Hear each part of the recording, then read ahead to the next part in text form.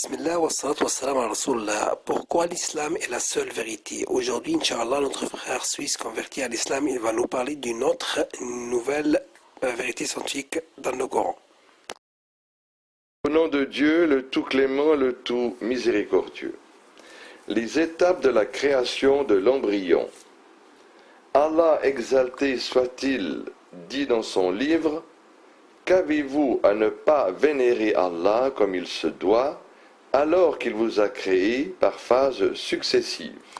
Sourate Noé, versets 13 et 14. Vérité scientifique.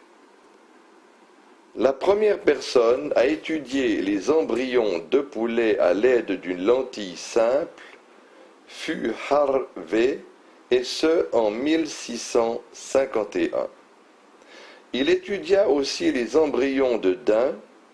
Vu la difficulté de visionner les premières étapes de la grossesse, il soutint que les embryons ne sont que des sécrétions utérines. En 1672, De Graaf découvrit des follicules dans les ovaires que l'on appelle encore les follicules de De Graaf. Il constata aussi des cellules dans les utérus des lapines enceintes qui ressemblaient aux follicules susmentionnés. De Graaf en déduit alors que les embryons ne sont aucunement des sécrétions utérines, mais qu'ils viennent plutôt des ovaires. Ces créatures minuscules constatées par De Graaf n'étaient en réalité que des cavités dans les masses des blastocystes. En 1675, Malpighi visionna des embryons dans des œufs de poule qu'il crut exempts du besoin de fécondateurs mâles. Il crut que ces embryons étaient des êtres en miniature qui croissent et qui n'évoluent point suivant des étapes. En utilisant un microscope qui était beaucoup plus performant, Hamn et Leeuwenhoek découvrirent en 1677 pour la première fois dans l'histoire le spermatozoïde humain. Mais ils ne comprirent le rôle réel du spermatozoïde dans la procréation. Ils crurent aussi que le spermatozoïde était constitué d'un être humain en miniature qui croît dans l'utérus sans passer au préalable par d'autres étapes de la création. En 1759, Wolff supposa l'évolution de l'embryon de masse primitives qui n'ont pas encore la formation de l'être complet. Vers 1775, l'on clôt le débat autour de l'hypothèse de la création entière initialement, et l'unanimité finit par s'établir sur la création par étapes. Les expériences de Spallanzani sur les chiens corroborèrent l'importance des spermatozoïdes dans la reproduction. Mais jadis, il était de mise que les spermatozoïdes étaient des créatures intruses, raison pour laquelle on leur donna le nom des animaux du sperme.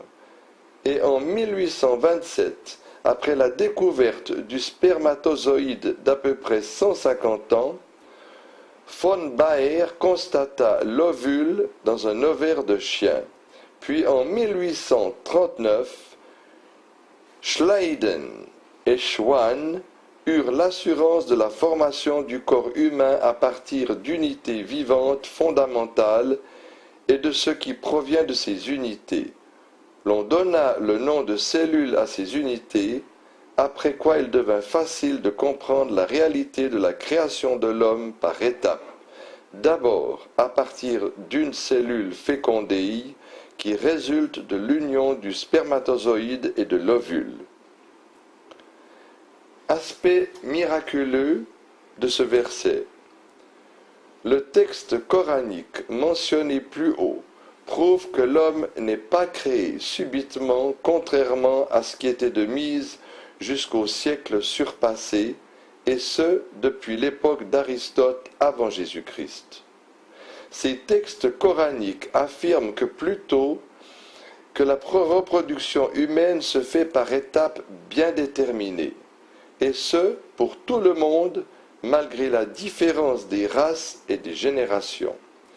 L'histoire de l'embryologie témoigne de la confusion qui existait concernant la reproduction humaine, mais le Coran déclare à cet effet, depuis le 7e siècle, que l'être humain ne vient pas subitement à l'existence, mais qu'il passe plutôt par des étapes telles que les étapes de la construction d'un immeuble qui obéit à un plan préétabli.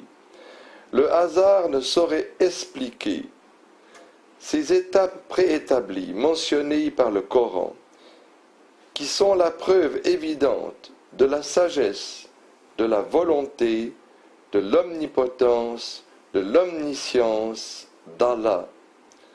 Tout comme ces étapes prouvent la perfection de la création divine, quant à l'unité du plan et des étapes pour toutes les races et les générations, elle est une preuve tangible de l'unicité du sublime Créateur.